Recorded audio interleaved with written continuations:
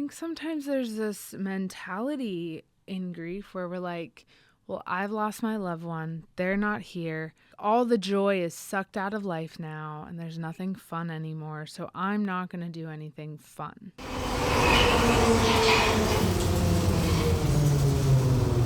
Welcome to Grief City. Don't know how we ended up here.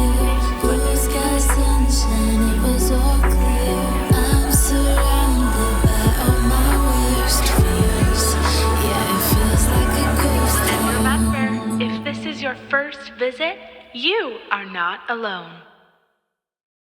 Welcome to the Grief City podcast. I'm Nuella, and I am so thankful to have you here. I always hate saying that I'm happy to have you because I know the reason you're here isn't a very great reason. But despite the circumstances of loss, I'm thankful to have you, and I am continually reminded as I see comments roll in on things or as people listen to the podcast, I'm continually reminded that though this loss journey can feel so incredibly lonely, we are never, ever alone in this. And I hope when you listen to this podcast, I hope that you feel supported. I hope that you feel less lonely in your grief, because it's true. And that's what we're here for. So today is my birthday. 33. It's crazy. My dad passed September 11th in 2021. And then my birthday was less than a month after. So birthdays always have come now with a bit of a sting. I think that's even regardless of how close the death anniversary was to my birthday. I think just parent loss in general comes with a sting on your birthday because, you wouldn't be here without the parents. Anyways, birthdays for me always come with reflection of what's happened in the last year and also reflecting on life and death. So it feels necessary to make an episode about this. My first birthday after loss. So I mentioned earlier that it was less than a month that I had my birthday after my dad died. And that birthday sucked. I did not want to celebrate at all. I think even I made an episode about birthdays. I don't know if it was, I can't remember if it was in relation to my birthday or my dad's birthday, but I know the early days of the Grief City podcast, I made an episode about birthdays. But that first birthday after he was gone was just so rough. I was just so depressed that day and just so down. I didn't want to celebrate myself because I just felt like there's nothing to celebrate. Even though I was alive, I really wasn't living. I was just sitting in so much sorrow. So that very first birthday, my husband, he really wanted to try to make it special. And he was always let's do something. If you want to do something, we can. But I did remember him saying I know it's emotionally hard today, but I think it'd be really important that you celebrate in some kind of way, even if it's something small. So I took that advice and we ended up just getting a coffee and a donut. And that was the special outing on my birthday. We didn't do any fancy dinners, nothing like that. We just went out. And as much as I just wanted to sit in my grief that day and not do anything, I'm so glad that he encouraged me to do something that would celebrate my life that day. I'm so glad.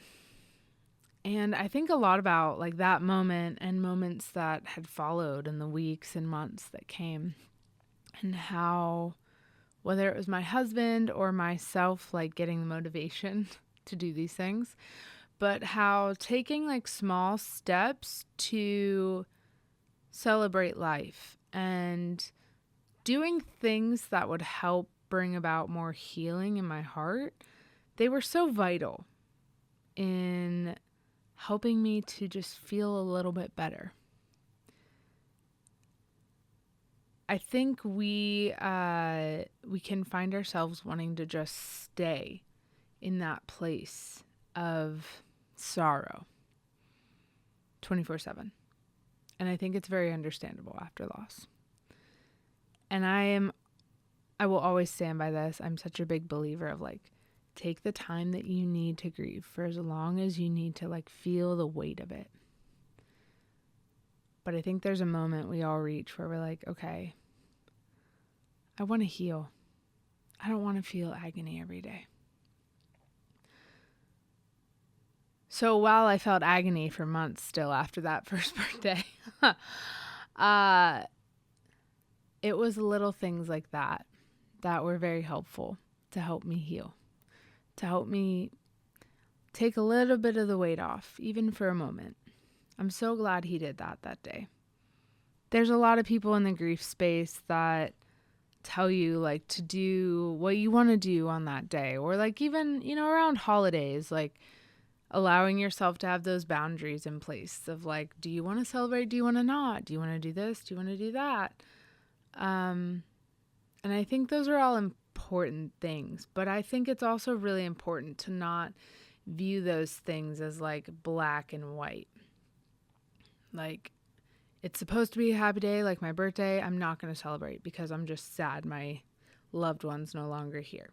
Like I think it's so important to not be rigid about those things, because sometimes we need people in our lives that'll be like, hey, I know you're having a hard time, but I want you to celebrate yourself a little bit, or I want to celebrate you because you mean a lot in my life.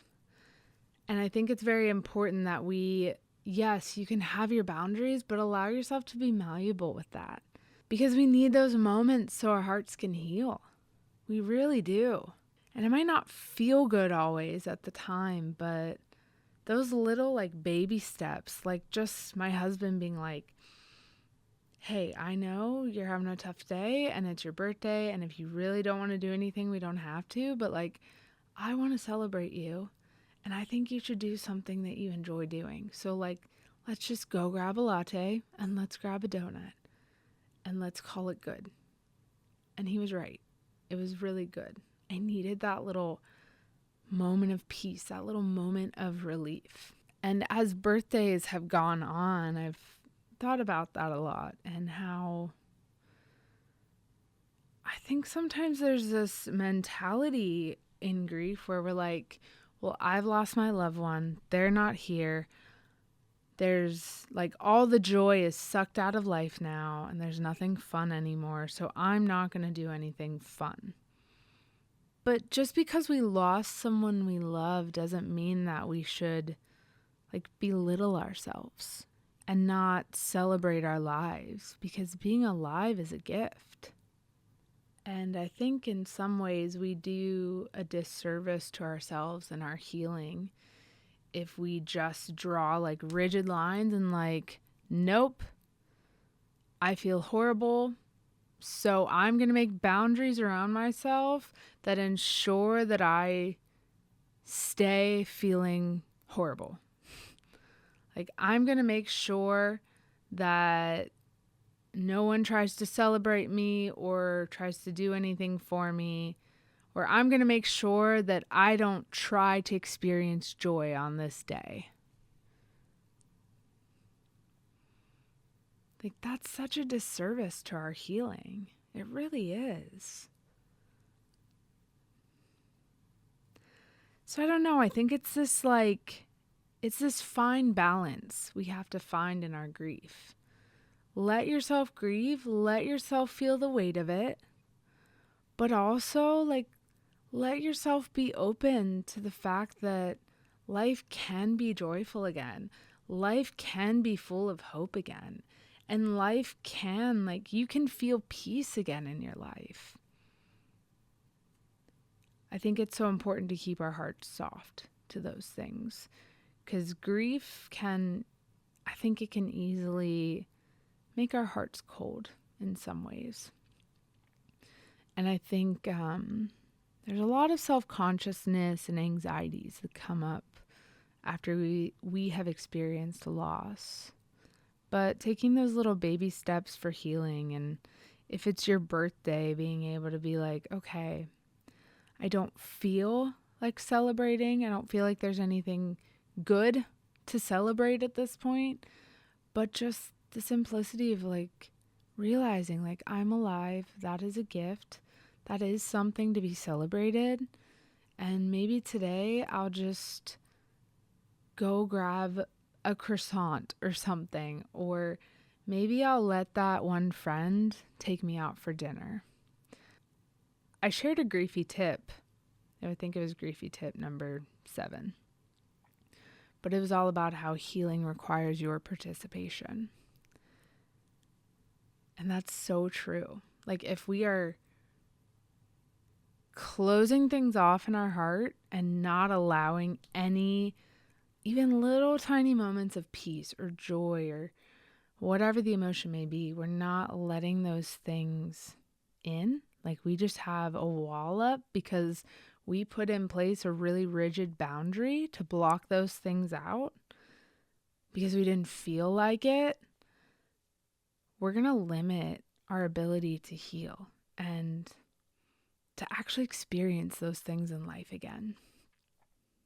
So I'm cautious of how I want to say those things, because I know like in early grief, this just probably doesn't feel good. Because those really early days of the agony, just nothing, it feels like nothing joyful could ever happen again. So if you're in your early grief stage, I understand that this might sound tough, but I want to encourage you to just take a little like baby step towards doing something you enjoy, or doing something you even enjoyed before your loved one died, because it's likely that you're going to experience a little bit of peace. And we're not going for big moments here. Like we just want those little tiny steps, because tiny steps lead to more and more healing. And I think even just alone, like celebrating the fact that you are alive and you are making it through something that's very, very difficult is reason enough to do something good for yourself and do something that can bring you just a moment of happiness. So birthdays, of course, are a big reminder that my father is no longer here. And that first birthday, as I said, was very tough. Some of the birthdays that followed, it's only been 4 years now. Some of the birthdays that followed, I think the second one was still kind of hard for me. I started looking at those days as a way to treat myself with the same kind of honor that my dad treated me with. My dad loved me. I have no doubt in my mind about that. He adored me. And so I'm like, you know what? I need to respect myself, and I need to honor my life, because he would have done that too. And I wanted to honor him in that way. So I would say birthdays nowadays are just this reminder of how far life has come, how much my heart has healed, and also the hope of like another year ahead, and aiming to live my life with so much fullness and so much peace. Turning 33, it means so much to me. Life has shifted a lot. I never thought I'd be sitting here making a podcast and writing songs about grief and loss, yet here we are. My desires have changed. The things I want out of life, I feel like they changed so much. And so looking back on the 33 years of life it's very special. It's very special to see how far life has come. I think sometimes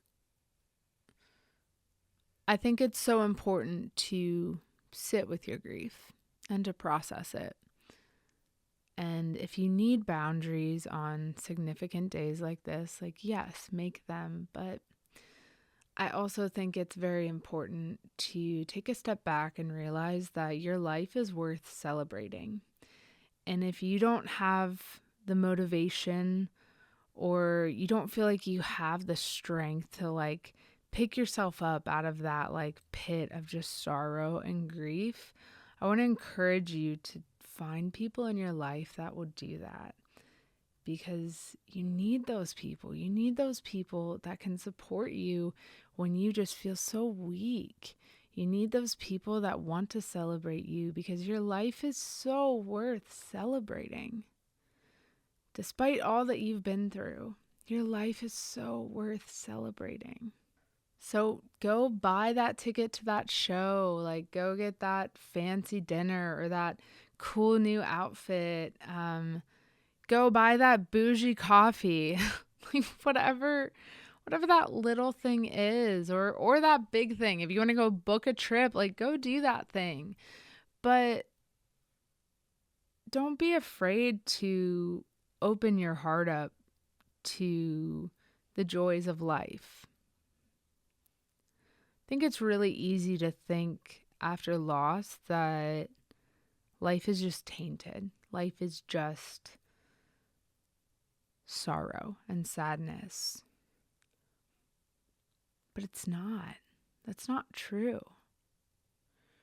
Grief has a way of really making us think that, but it's not true. I just want to encourage you to like celebrate yourself on your birthday. Celebrate the life that you have. Life is a gift. And if you can't muster up the strength, find people that want to celebrate you. So I wanted to wrap up this episode today with a little birthday letter that I wrote to my dad. And I've never really done this. I feel like I've done some journal entries sometimes, just writing to my dad, but I've never really like intentionally written a letter like this. And highly recommend it. Very emotional, but also very healing. And I realized like there were some things like, ooh, that's a little tender right now. And it's just healing to get it out on paper. So I'm going to read you this letter. Probably going to sob, but maybe this will encourage you to do the same. I'm kind of nervous to share this. All right, here we go. Dad, thank you for loving me. Thank you for always reminding me of how wanted I was. You taught me so much about life, about God, about loving and honoring people well, and about pursuing the things I love with passion. I'm sorry for the times I gave you attitude as a teenager, but I thank you for your patience with me. You were so good to me. I wish I could have had more than 28 years with you. I wanted to see you become an old man, so I could finally call you old man, and you wouldn't be able to give me crap for it.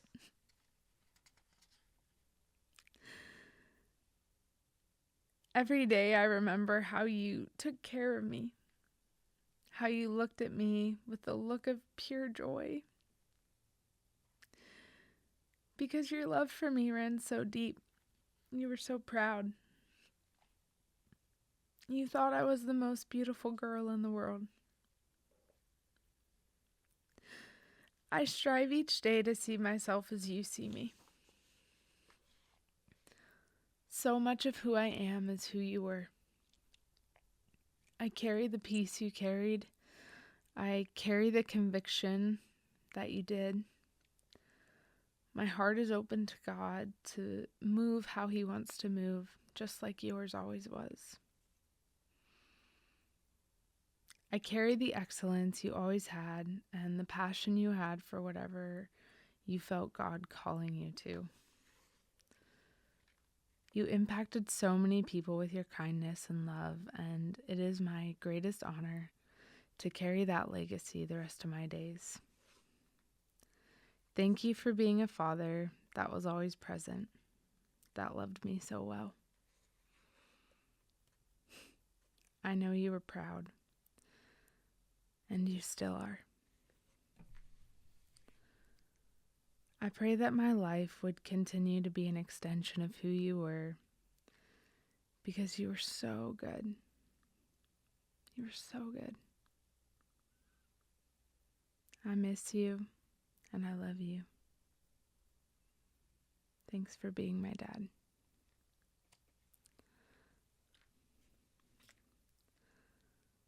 All right, I didn't cry as much as I thought I would.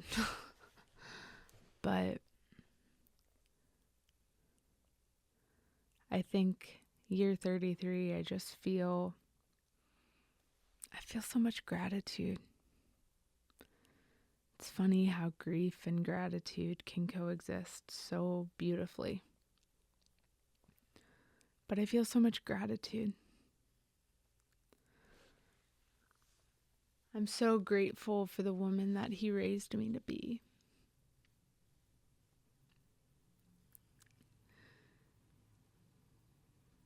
That I was not able to just survive such a traumatic loss, but to be able to thrive now in life.